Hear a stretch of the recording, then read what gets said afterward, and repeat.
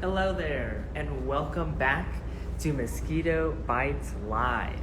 My name is Pablo Cabrera, and I'm the communication specialist here at the San Gabriel Valley Mosquito and Vector Control District.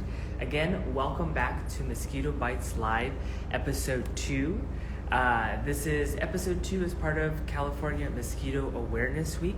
Earlier this week on Monday, we kicked off the week with Pasco County with our friends in Florida, so be sure to check out our previous episode. And today we had a bit of a schedule change, but no problem. We're going to be talking with the mosquito guy, Levy Sun, our public information officer here at the San Gabriel Valley Mosquito and Vector Control District.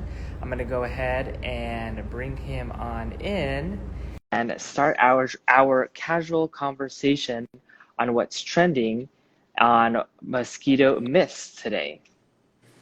Hey Pablo, how's it going? Hey Levy, how are you? I'm doing all right. I'm actually out here in the field in our garage, so excuse any noises that may come through today.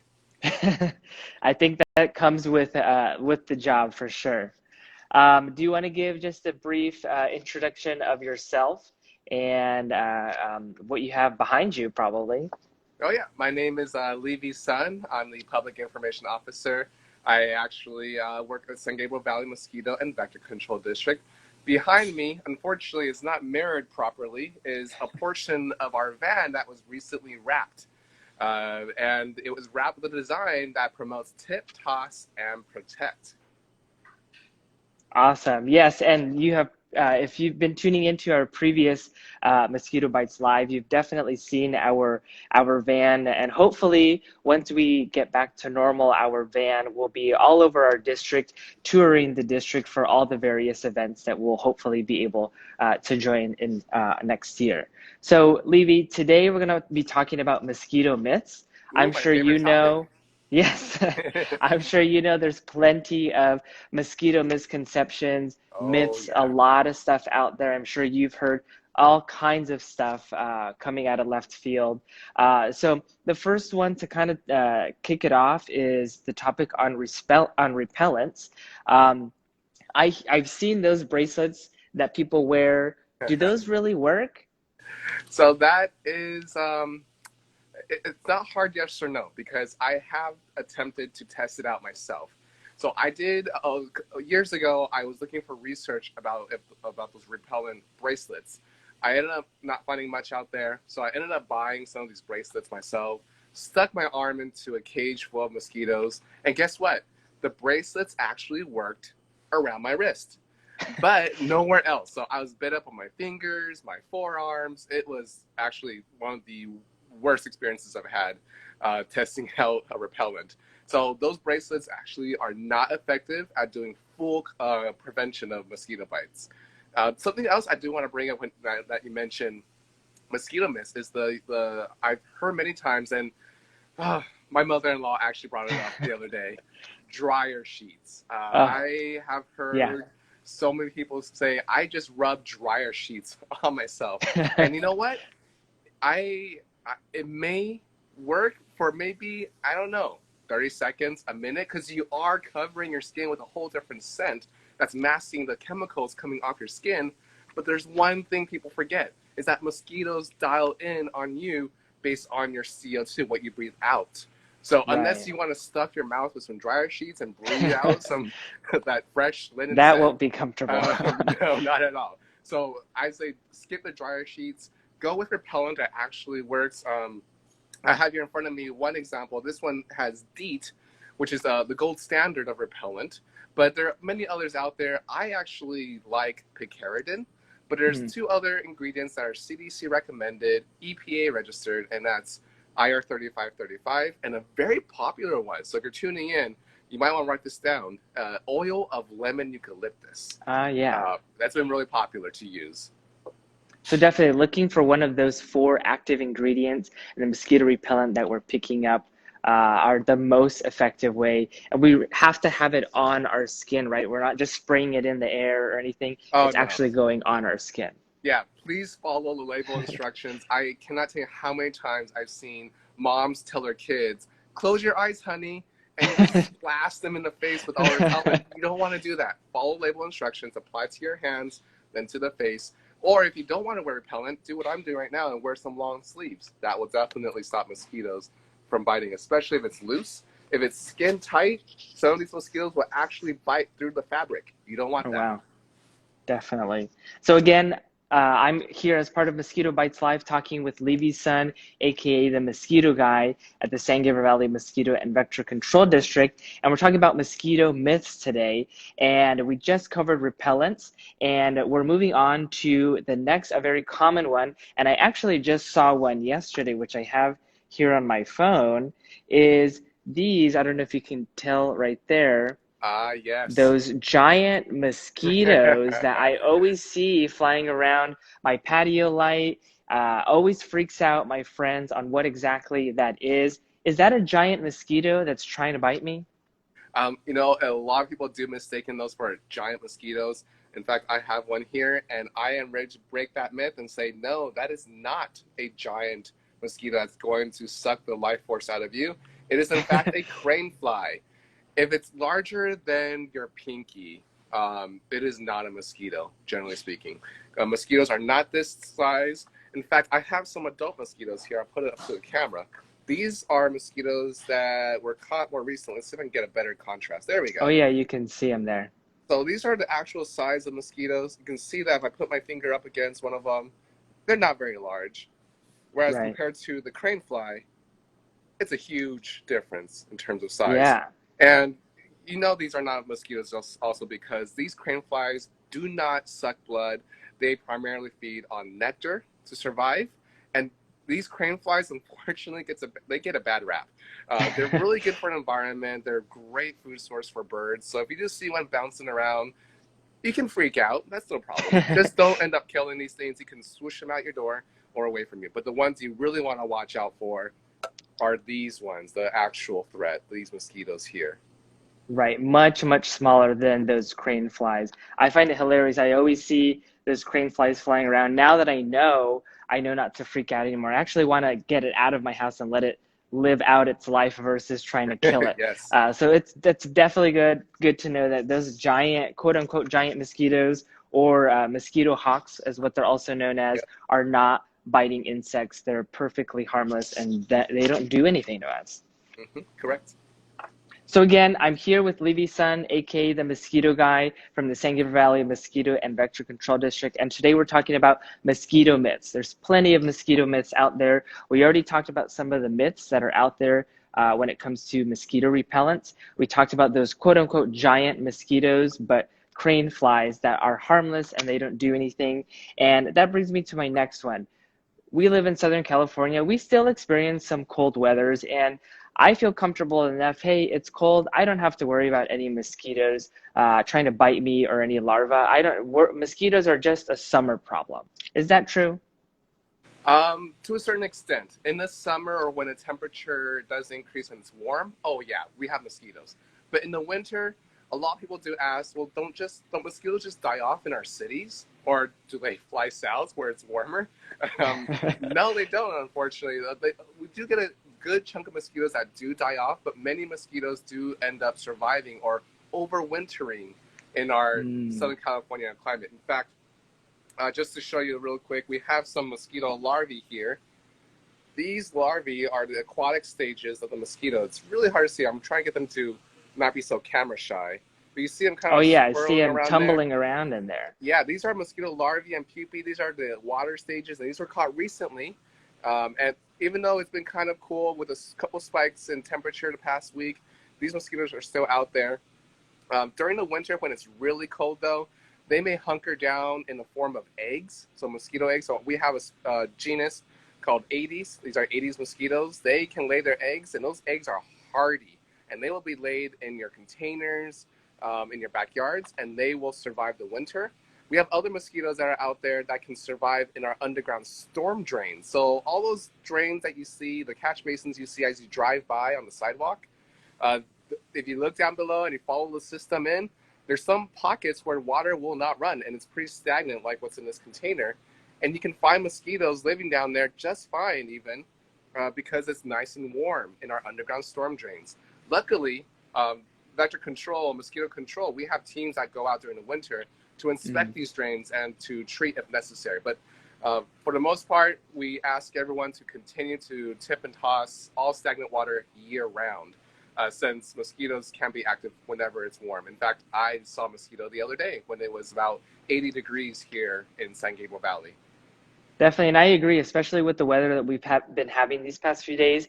It's nice and cool today, but just on Monday when I spoke with Pasco County, it was a nice 80-degree weather, nice and warm, felt just like we're already in the middle of summer. Oh, So I yeah. think that's definitely very important to know that even if those larvae are hanging around in stagnant water around our homes, there's still a threat for mosquitoes of emerging and potentially biting us. So tipping out that stagnant water is super important for people to know.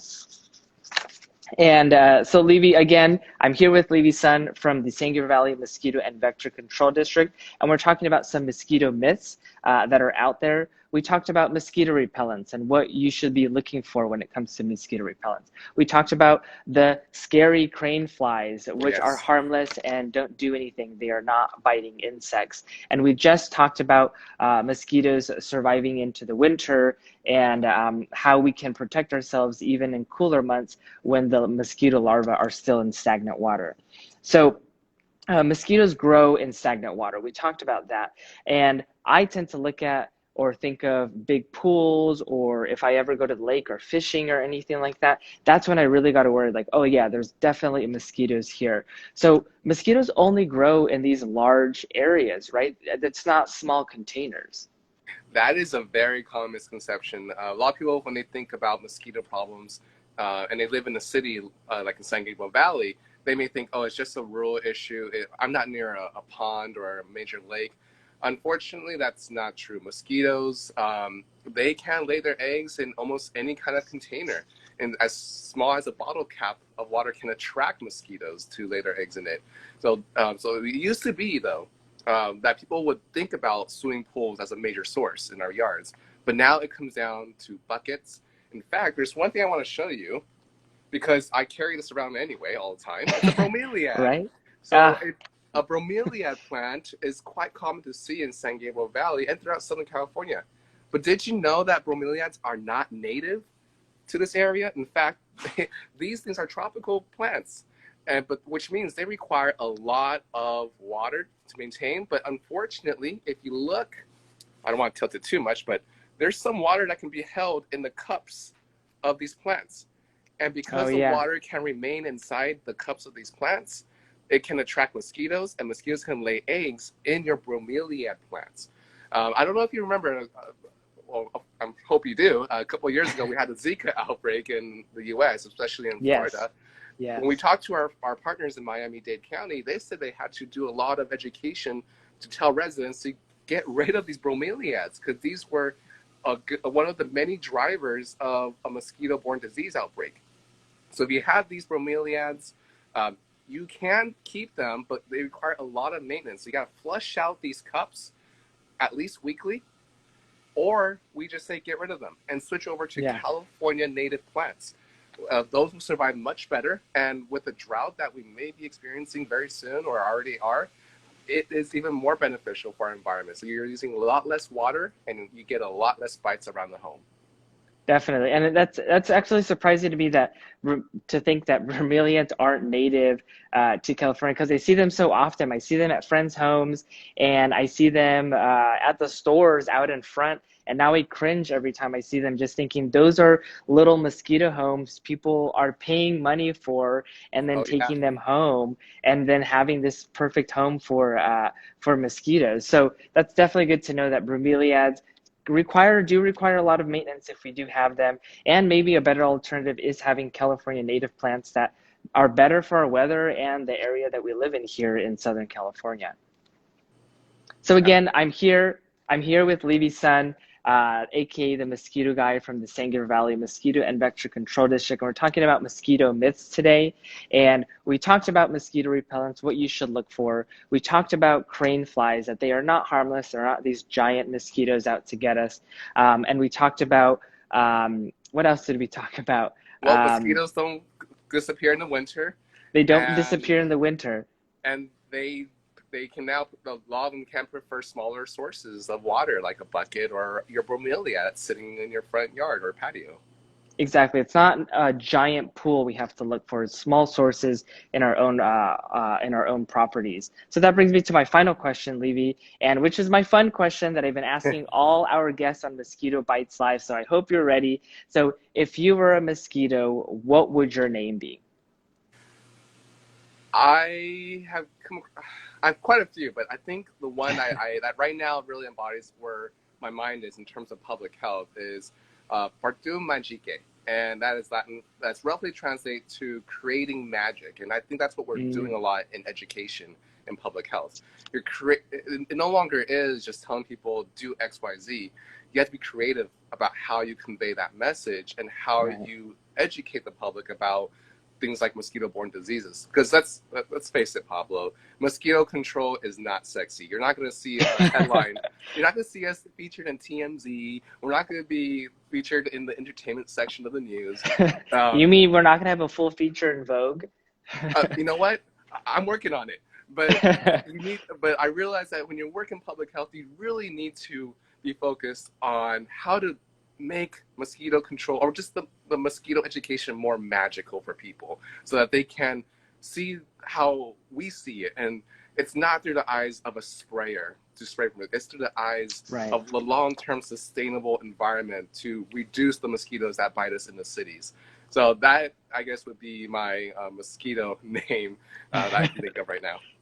I love that. That's a great emphasis on the importance of communication, especially of communications in public health and in vector control. So again, we spoke with Levy Sun, the Public Information Officer at the San Gabriel Valley Mosquito and Vector Control District, and we covered a lot of mosquito myths when it comes to repellent, the myth about crane flies, the myth about mosquitoes living in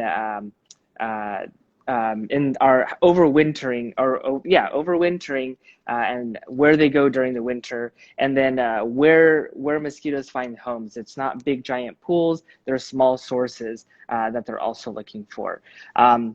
So again, thank you, Levy, for being a part of California Mosquito Awareness Week. This is episode, very exciting. We're halfway through Hump Week, on Hump Day. We're halfway through California Mosquito Week. This is episode 2. On Monday, we spoke with Pasco County, our friends in Florida. Today, I'm speaking with Levy Sun. And then we have our final episode for California Mosquito Week tomorrow, where I'll be speaking with Shasta County, our friends up in NorCal. So we'll have a cool NorCal, SoCal connection tomorrow. Levy, do you have any final words before we sign off here? Just want to say, remember everyone to tip, toss, and protect. Tip out stagnant water, toss out those unused containers, and protect yourself with repellent. And if you want to get more information, everyone, just go to mosquitoawareness.org and you can get more information about what we do. Let's be inspired to get rid of them. Yes, definitely. So again, thank you for joining us here today for this episode of Mosquito Bites Live. Be sure to join us tomorrow. We'll be speaking with Shasta County, our friends in Northern California. And also be sure to tune in to our Bite Back tour that is going strong if you've been following us all along.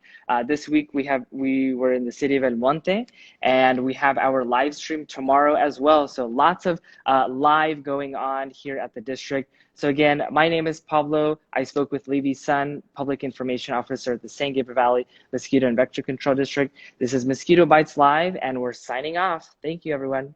Thanks for having me. Thank you.